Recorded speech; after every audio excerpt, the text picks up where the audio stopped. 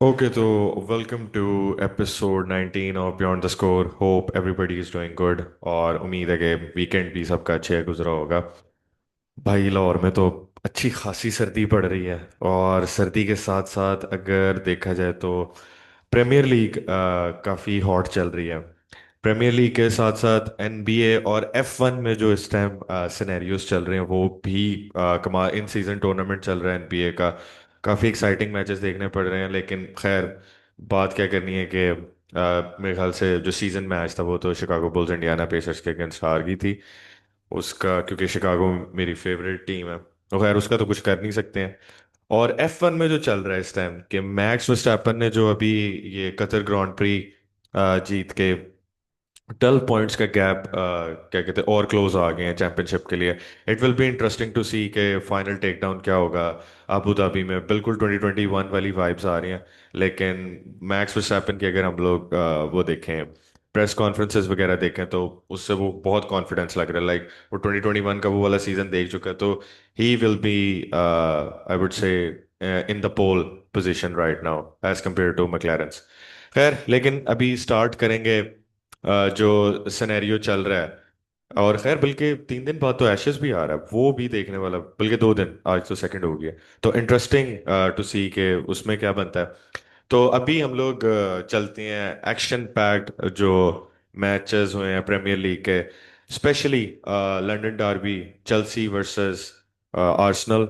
और उसके बाद क्रिस्टल पैलेस अपना मैं क्या कहते हैं मैच हार गई against Manchester United. That will be interesting कि मेरी क्या टेक्स हैं उसके ऊपर। और फिर उसके साथ साथ लीड्स वर्सेस मैनचेस्टर सिटी वाली गेम भी बहुत अच्छी गई थी। और ऑल ओवर यूरोपियन फुटबॉल क्या चल रही है, तो वहां से स्टार्टअप करते हैं। लेकिन पहले हम लोग जंप इन करेंगे और आएंगे जी लंदन डार्बी के ऊपर, चेल्सी वर्सेस आर्सेनल। बहुत दिनों के बाद ना इस तरह की एक मजेदार डार्बी देखने को नजर आई है, क्योंकि मोस्टली अगर देखा जाए तो इसमें प्रीडोमिनेंटली आर्सेनल ने बहुत ज़्यादा, मेरे ख्याल से कुछ 2-3 सीजन से पोजीशन स्ट्रांग की हुई है अगेंस्ट लंदन क्लब्स। और चेल्सी वर्सेस टॉटनहम कोई ख़ास इतना होता नहीं था। वो उसमें चेल्सी ही देखा जाए तो बुरी से बुरी सिचुएशन में भी टॉटनहम को हरा देते थे। तो this one is very interesting, क्योंकि चेल्सी एक, बल्कि दोनों टीम्स आई वुड से कि दोनों टीम्स अपने प्रीमियर लीग मैचेस बहुत क्या कहते हैं अच्छी टीम्स के अगेंस्ट विन करके और एक अच्छी स्कोर लाइन के साथ इवन दो जीत के आ रहे थे। तो it will be interesting to see कि कैसा मैच होगा और वाकई में एक्सपेक्टेशंस के मुताबिक ही मैच किया है। इवन दो आई वुड से चेल्सी ने काफी सरप्राइज किया है। Very brave performance from मरेस्का man. और अगर हम लोग आर्सेनल के ऊपर आए, मैं देख रहा हूँ कि आर्सेनल के ऊपर थोड़ा सा लोग ये कह रहे थे कि जी जहां पर थोड़ा पोल पोजीशन वाली पोजीशन पे जो मैच आता है कि जिसमें 7-8 पॉइंट्स आप क्लियर हो, वहां पे आर्सेनल फंबल कर जाती है। मेरे ख्याल से वैसे इनके ऊपर क्रिटिसिज्म टू बी फेयर सही नहीं होगा, क्योंकि वो टॉटनहम के अगेंस्ट इतना एक टफ मैच, क्योंकि ऑब्वियसली एक राइवलरी वाला जो मैच होता है north London Derby at the end, वो काफी एक टफ मैच था। तो मेरे ख्याल से आर्सेनल आर्सेनल वो वाला मैच और फिर उसके बाद बायर्न म्यूनिख वाला, तो पता लग रहा था कि फटीक तो होगी, क्या कहते हैं प्लेयर्स को, और वो नजर भी आई, क्योंकि एजे और मेरे ख्याल से मार्टिन जुबीमेंडी की गेम बहुत नॉर्मल थी। इवन दो चेल्सी में जो सबसे ज्यादा सरप्राइजिंग बात ये थी कि वो 10 मैन हो गए थे अगेंस्ट आर्सेनल। और उनका सबसे मेन प्लेयर जो कि मुझे लगता है कि इस टीम का सबसे मेन इंपॉर्टेंट कोर है इस टाइम मरेस्का की साइड का, और वो था काइसेडो। काइसेडो के सब ऑफ होने के बावजूद भी फिर भी चेल्सी ने जिस तरह की परफॉर्मेंस दी है, उन्होंने स्टैट्स वाइज तो डोमिनेट किया आर्सेनल को। लाइक 11 शॉट्स, 11 टोटल अटेम्प्ट्स थी और 4 शॉट्स ऑन टारगेट थे, एज कम्पेयर टू आर्सेनल की मेरा 5 की 7 टोटल अटेम्प्ट्स थी और 3 to 4 शॉट्स ऑन टारगेट थे। तो इससे पता चलता है कि चेल्सी ने अपना जो क्या कहते हैं स्टांस था, कि वो जिस मैच के साथ आए थे उन्होंने उस चीज को नहीं छोड़ा। और उन्होंने इवन दो मेरे ख्याल से अगर देखा जाए तो अगेंस्ट रन ऑफ प्ले काफी चांसेस बनाए आर्सेनल के, जो कि बहुत सरप्राइजिंग था ये चीज देखना। और स्पेशल शाउट आउट भाई इस मैच में मेरे ख्याल से रीस जेम्स के लिए, the way he play against Arsenal की मिडफील्ड, और स्पेशली जिस तरह की आर्सेनल की मिडफील्ड चल रही थी। Like one of the best performance I have seen so far from जीन रीस जेम्स। हाँ, हमें पता है कि रीस जेम्स किस तरह का प्लेयर है, लेकिन जिस तरह उसकी इस टाइम पोजीशन स्विच की है और जिस तरह वो इस टाइम खेल रहा है, तो आई वुड से कि 10 out of 10 for Reece James. और एज कम्पेयर टू अगर आर्सेनल की बात करें तो मुझे ऐसा लगा है कि आर्सेनल की ऑब्वियसली राइट विंग से तो वो चांसेस बना ही रहे थे, मगर मुझे ऐसा लगता है कि लेफ्ट विंग काफी डेड रही है आर्सेनल की। एज कम्पेयर टू मुझे नहीं लगा कि ऐसा कोई उन्होंने चांसेस क्रिएट किए हैं। इवन दो अगर चेल्सी के 11 मैन होते और ये 11v11 जाता, तो इन माय ओपिनियन मुझे ऐसा लग रहा था कि चेल्सी ये विनर निकाल लेगी यहाँ पे।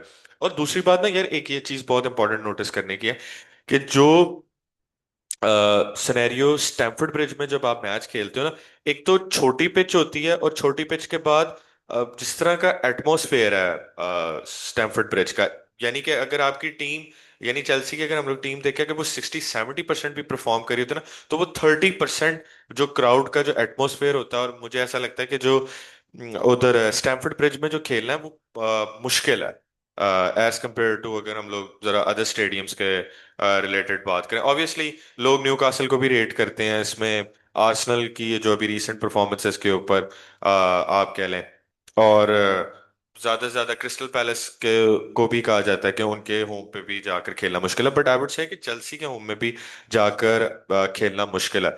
और सरप्राइजिंगली क्या कहते हैं, आर्सेनल की अगर हम लोग बात करें तो उधर से विलियम सलीबा भी इंजर्ड हो गया था।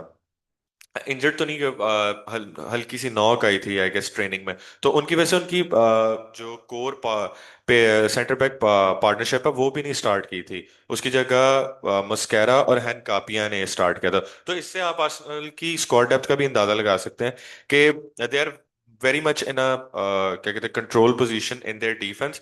बट ऑब्वियसली अटैक में जब इस तरह के इतने important matches back to back आएंगे, तो आपके अटैकिंग पोजीशन के ऊपर इतने प्लेयर्स नहीं आप एज एन बैकअप ऑप्शन में रखते हो। ऑल्दो ओडिगार्ड का रिटर्न हुआ है इस मैच में, लेट्स सी कि ओडिगार्ड अब किस तरह यूटिलाइज होगा यहाँ पे, स्पेशली जिस तरह as a week in week out खेल रहे हैं, तो it will be interesting to see कि क्या बनता है। और अगर हम लोग टेक्निकल प्रीव्यू पे आते हैं, तो मेरे ख्याल से चेल्सी ने आज ख्वाब पेड्रो को खिलाया था इंस्टेड ऑफ पेड्रो नेटो, जो बार्सिलोना के अगेंस्ट उन्होंने तीनों रनर्स खिला दिए थे अपने अटैक में। तो ये वाली गेम पता लग रही थी कि पेड्रो नेटो ड्रॉप करेगा और जो उनके विंगर्स होंगे वो वहां से क्या कहते हैं गेम को टेक ऑन करेंगे। इन माय ओपिनियन क्या कहते हैं, चेल्सी ने एक ये चीज अच्छी की थी, चेल्सी ने आर्सेनल को ना विंग साइड से ज्यादा ऑपरेट नहीं करने दिया था। वो एट द एंड लाकर वहां पर बॉल आर्सेनल को अलाउ कर रहे थे देना, जो कि थे सेंट्रल चैनल्स, और सेंट्रल चैनल्स में चेल्सी के पास मेरे ख्याल से Moises Caicedo, Enzo Fernandez, Reece James, इस तरह की जब स्ट्रॉन्ग बैटलिंग वाली मिडफील्ड होती है ना, तो वहां पर फिर एक फिजिकलिटी टेस्ट आता है। और वहां पर मुझे लगता है ऐसे कि आर्सेनल थोड़ा सा फिजिकलिटी उस टेस्ट को पास ऑन नहीं कर सकी। दैट्स वाई आर्सेनल के चांसेस भी इतने कंसिस्टेंटली नहीं आए। और आप देखें मिकेल मरीनो को कितनी दफा, ऑब्वियसली वो है तो फॉल्स नाइन ही, और उसको आना पड़ रहा था, ड्रॉप इन करना पड़ रहा था, मगर वो चैनल नहीं फाइंड आउट कर पा रहे थे आर्सेनल वाल आर्सेनल के प्लेयर्स के, वो सेंट्रली किस तरह ऑपरेट करें, क्योंकि वहां से अगर चांसेस मिल जाते ना शॉट्स लेने के भी, तो डेक्लन राइस, एजे, इस तरह के प्लेयर्स जो होते हैं ना, वो टेक ऑन कर लेते हैं क्या कहते हैं लॉन्ग रेंजर के लिए। तो वो भी नहीं चेल्सी ने ऑप्शंस दी। इवन दो मोजेस का सैडो के रेड कार्ड के बाद भी मुझे वो चीज होती हुई नजर नहीं आई। तो चेल्सी ने क्या कहते हैं, ऑब्वियसली जब रेड कार्ड हो गया तो फिर तो आर्सेनल थोड़ा पोजेशन ज्यादा कैरी कर रही थी, बॉल विंग्स पे भी फिर जा रही थी। बट वो जो फर्स्ट 20 to 25 मिनट्स देखे ना, वहां पे मेरे ख्याल से चेल्सी ने काफी इनको सॉलिड तरीके से रोका है। और आप ये भी देख कह सकते हैं कि ऑब्वियसली जो गैब्रियल का जिस तरह का एक्सपीरियंस है, मुझे ऐसा लगता है कि इस मैच में ना लेफ्ट फुटेड सेंटर बैक बहुत इंपॉर्टेंट था। क्योंकि जब इस तरह सेंट्रल चैनल्स ना ना ऑपरेट हो पा रहे हो, तो आपको जाना पड़ता ओवर द क्या कहते हैं प्लेयर, यानी बॉल जो है आपको ओवर द प्लेयर्स डालनी पड़ती है, लॉन्ग बॉल स्विचेस के लिए जाना पड़ता है। तो मुझे ऐसा लगता है कि आर्सेनल के सेंटर बैक्स उस चीज के लिए भी प्रिपेयर नहीं नजर आए। ऑब्वियसली मस्केरा और हनकापिया को टाइम तो लगेगा सेटल इन होने में इस आर्सेनल की डिफेंस में और प्रीमियर लीग के जो स्टाइल ऑफ प्ले है उसको भी थोड़ा समझने में। बट इन माय ओपिनियन अगर आर्सेनल के प्लेयर्स ये स्विच वाली पोजीशन पे चले जाते तो मेरे ख्याल से चेल्सी के लिए मुश्किल हो सकती थी, क्योंकि डुअल क्या कहते हैं उसमें मुझे ऐसा लगता है कि आर्सेनल डोमिनेट कर सकती थी उस सिनेरियो पे। बट नॉनदलेस स्कोर लाइन क्या कहते हैं हमें 1-1 ही मिली, और गोल्स आए भी सेकंड हाफ में, स्पेशली सेट पीस से आया मुकाफाते अमल अगेंस्ट आर्सेनल, और वो भी क्या कहते हैं चालोबा ने, हाँ मेरे ख्याल से स्कोर किया था, चालोबा ने किया था। फिर उधर से आर्सेनल का 1-1 आया था, आई गेस मिकेल मरीनो ने गोल मारा था, if I am not wrong, मुझे श्योर नहीं है, मुझे चेक करना पड़ेगा। खैर आजकल अगर आप लोगों ने अपडेट्स वगैरह चेक करनी है ना फुटबॉल की, एक बहुत अच्छी ऐप मिली है, वो है, वैसे कोई ये वो स्पॉन्सरशिप ऐड तो नहीं है, तो आप उसको चेकआउट कर सकते हैं। मेरे ख्याल फुट हुआ है कुछ करके नाम, तो आप उसको चेकआउट जरूर कर सकते हैं। इट्स एन इंटरेस्टिंग ऐप, वहाँ पे आपको स्टैट्स डिटेल्स वगैरह काफी अच्छे वे में मिल सकती हैं, और प्लेयर रेटिंग्स के भी वहाँ पर ऑप्शंस आ रही होती है। तो ऑब्वियसली हाँ मिकेल मेरिनो ने गोल किया था, मैं भूल ही गया था कि किसने किया। तो खैर उसमें और क्या कहते हैं ये एक, देखा जाए तो जो आर्सेनल का गोल था वो देखा जाए तो अगर वहां पर चेल्सी का एक एक्स्ट्रा मैन होता तो वो मेरे ख्याल से गोल बच सकता था, यानी कि वो डुअल विन कर सकता था, लेकिन वो जाहिर बात है एक्स्ट्रा मैन कम होने की वजह से आर्सेनल को एडवांटेज था और आर्सेनल ने वहां पर गोल किया। खैर अब मुझे क्या कहते हैं आगे चेल्सी से जाते हुए काफी इंटरेस्टिंग चीजों की उम्मीद नजर आ रही है, कि the way they have I would say कि settle without Cole Palmer is interesting to see, क्योंकि लुक मुझे ऐसा लगता है कि एंजो को ना बहुत अच्छे तरीके से यूटिलाइज किया जा रहा है, और रीस जेम्स के जो पोजीशन को उन्होंने स्विच किया ना, क्योंकि रीस जेम्स ऐसा प्लेयर है, ऐसा ऑब्वियसली राइट बैक वो अच्छा ही है जिस भी पोजीशन पे लेकिन मुझे नहीं ऐसा लगता कि वो इतनी विड्थ में जल्दी से आपको रन देते जैसे मालो गुस्टो देता है। तो मेरे ख्याल से ये जो स्विच है एंजो का, ये काफी वर्क कर रहा है। और चेल्सी के लिए मैं ये बात करूंगा, जो उन्होंने एस्टोवा विलियन को सब करके जो गर्नाचो को लेकर आए थे, वो मेरे ख्याल से एक अच्छा ही अप्रोच थी, क्योंकि गर्नाचो आपको ज्यादा वर्क रेट प्रोवाइड कर सकता है एज कम्पेयर टू एस्टोवा विलियन। बट एस्टोवा विलियन की भी अच्छी गेम थी, क्योंकि क्रिएट चेल्सी उसी की साइड से ही कर रही थी। So that's my take. मेरे ख्याल से आने वाले मैचेस में इंटरेस्टिंग होगा कि चेल्सी किस तरह परफॉर्म करती है, और आर्सेनल के इजी फिक्सचर हैं, तो मुझे ऐसा लगता है कि आर्सेनल लीड को मेंटेन ही करेगी टिल क्रिसमस। तो it will be interesting to see कि आफ्टर न्यू ईयर्स फिक्सचर्स किस तरह आर्सेनल अपने आप को ऑपरेट करती है, और it will be interesting to see कि चेल्सी किस तरह मेंटेन करती है अपने इस सारे सिनेरियो को। तो खैर अगर हम लोग मूव ऑन करते हैं, तो नेक्स्ट मैच जो आता है वो है crystal palace versus Manchester United.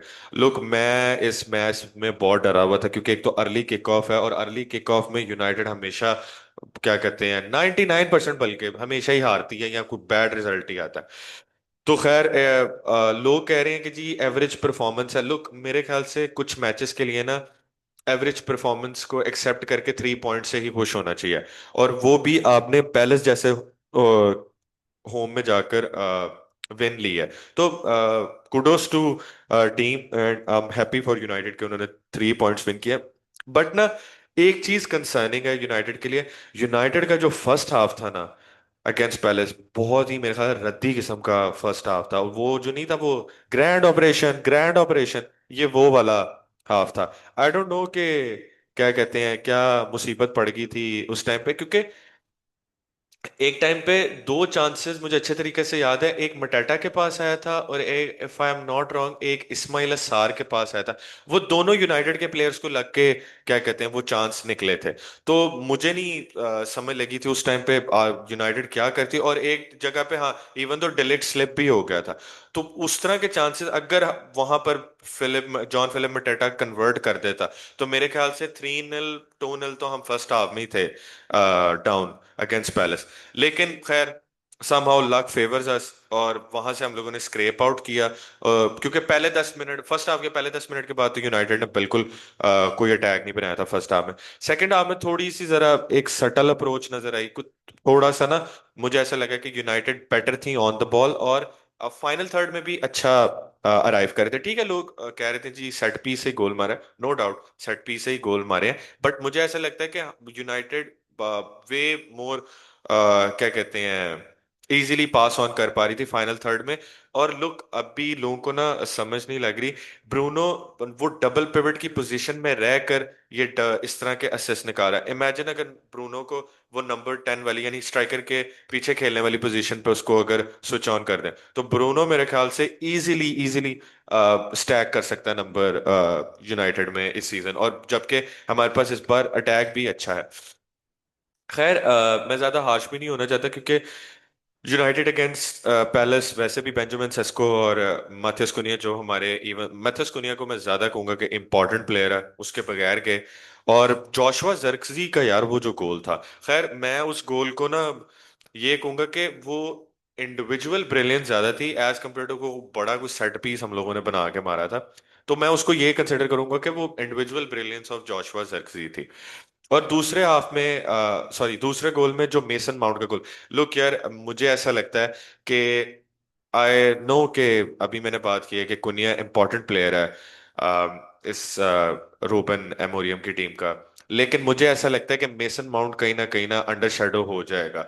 Look, जिस तरह मेसन माउंट खेल रहा है अंडर रूबन एमोरियम, और जिस तरह की वो पोजीशन पिक कर रहा है, और दूसरा गोल पता लगता है जब प्लेयर कॉन्फिडेंस में होता है ना, तो उसकी इस वाले क्या कहते हैं, आप सिनेरियो को आप पता कर सकते हैं कि वो खुद भी एक फील में होता है कि हाँ यार, मैं इस तरह की शॉट टेक कर सकता हूँ, कुछ ना कुछ थ्रेट तो क्रिएट होगा। तो वो चीज नजर आती है क्या कहते हैं मेसन माउंट से। तो I am happy to see कि माउंट अपनी ग्रूव में वापस आ रहा है, but it will be interesting to see कि कैसे आगे जाते हुए यूनाइटेड बिहेव करेगी। और स्पेशली लुक, अभी अगर हम लोग टेबल देखें तो यूनाइटेड सिक्स पे है। अगर यही मैच एवर्टन से जीत लिया होता, जो कि मुझे समझ नहीं आती कि यूनाइटेड वो किस तरह वो मैच हार गई। 10 मैन एवर्टन के अगेंस्ट हम ओल्ड ट्रैफर्ड में हार गए। अगर वो मैच जीत जाती तो हम लोग इस टाइम उनसे अबव होते, बोर्नमथ, ब्राइटन वगैरह से, सनडरलैंड वगैरह से अबव होते। तो क्या कहते हैं, अब ये जो स्लिप अप्स है ना ये, और ऊपर से वो एक मुझे अच्छे तरीके से याद है ब्रेंटफोर्ड वाली गेम और फुलहम वाली गेम, अगर वो दोनों ब्रूनो ने पेनल्टीज मारी होती तो it will be interesting to see कि यूनाइटेड इस टाइम टेबल पे किस तरह होती अपने पोजीशन के ऊपर।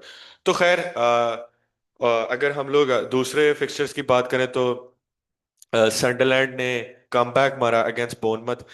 लुक, बोनमथ खेल अच्छा रही है, no doubt about that, but ये उनका कोई दूसरा या तीसरा स्लिप अप है मैंने देखा है। एक विनिंग पोजीशन से वो ड्रॉप ऑफ कर गए। और दूसरा एक सबसे मजे का मैच हुआ जो कि था मैनचेस्टर सिटी वर्सेस लीड्स का। लुक, फर्स्ट हाफ तो मैनचेस्टर सिटी ने उड़ा के रख दिया था लीड्स यूनाइटेड को, इट्स ऑल मैनचेस्टर सिटी।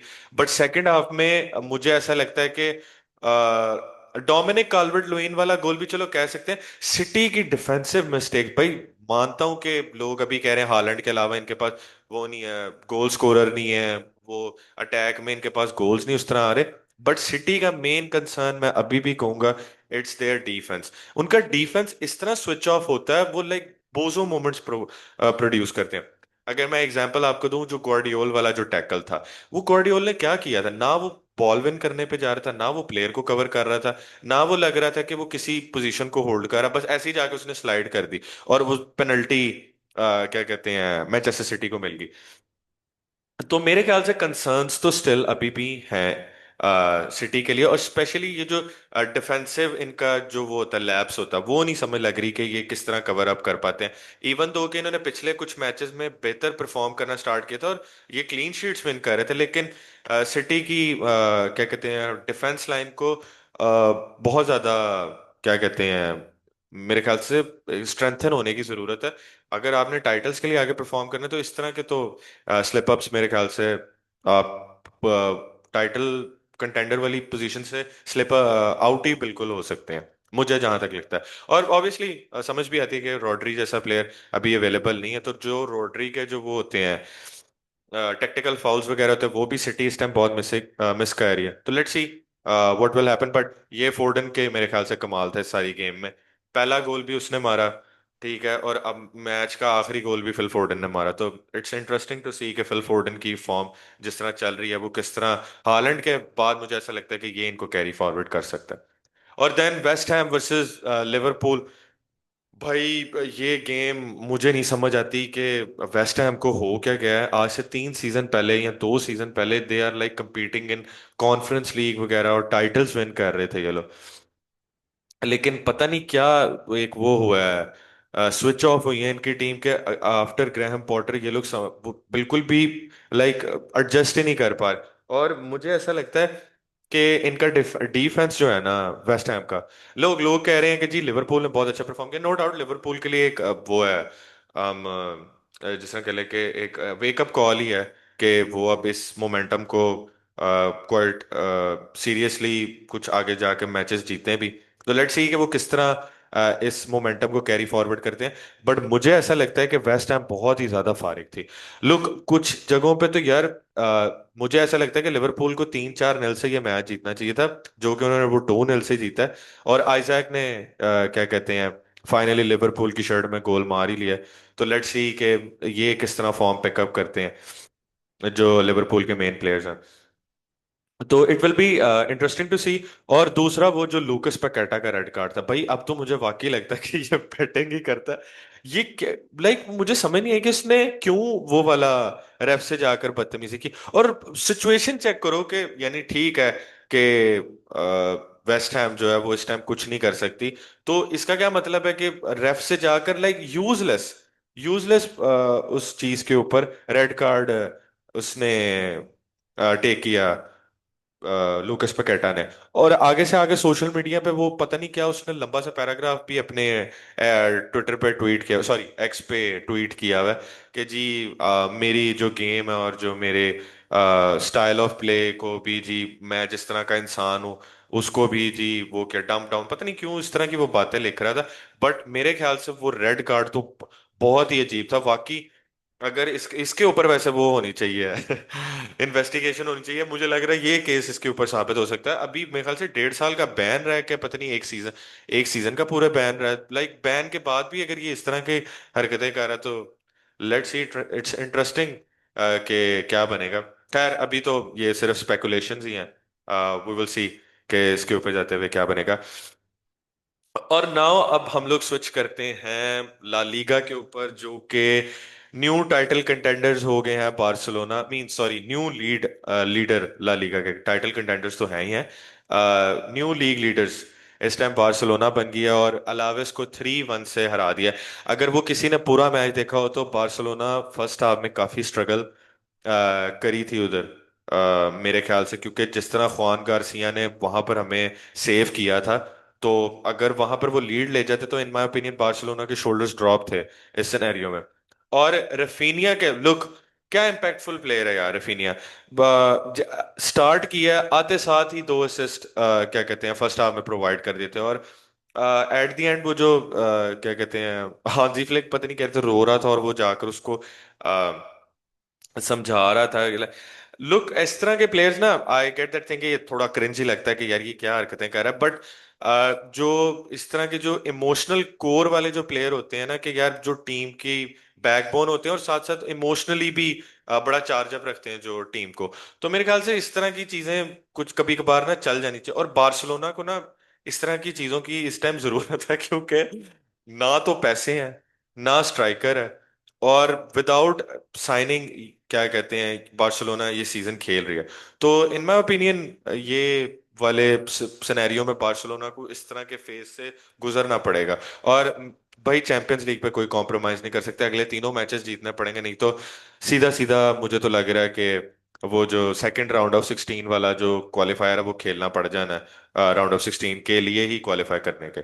तो वो सिनेरियो नजर आ रहा है। बट लेट्स सी के हो, मैं होप करता हूँ कि बार्सिलोना अगले तीनों चैंपियंस लीग के मैचेस जीते। मुझे समझ नहीं आ रहा कि लीग में इतना क्या कहते हैं मोमेंटम अच्छा लेकर चल रहे हैं, लेकिन चैंपियंस लीग में उसी तरह ही शोल्डर्स ड्रॉप कर देते हैं। कुछ समझ नहीं आती बार्सिलोना की इस सिनेरियो में।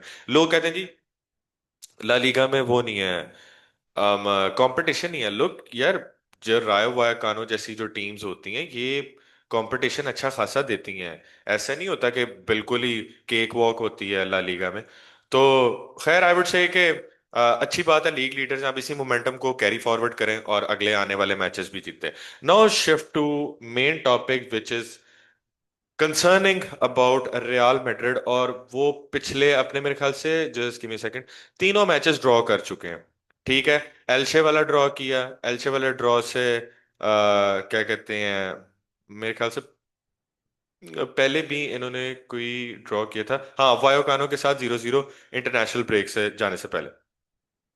तो वो भी कहते हैं उस टाइम पे लोगों ने कहा कि ठीक है, कंसर्निंग है। और लुक, लोग ना, मुझे समझ नहीं आ रहा, क्वेश्चन नहीं करे, ठीक है एम्बाप्पे ने पोकर मार दी, लेकिन ओलंपियाकोस के अगेंस्ट 4-3 ये लोग जीते हैं। तो वो भी चीज चेक करनी चाहिए कि मैड्रिड इतनी सटल नजर नहीं आ रही इस टाइम पे।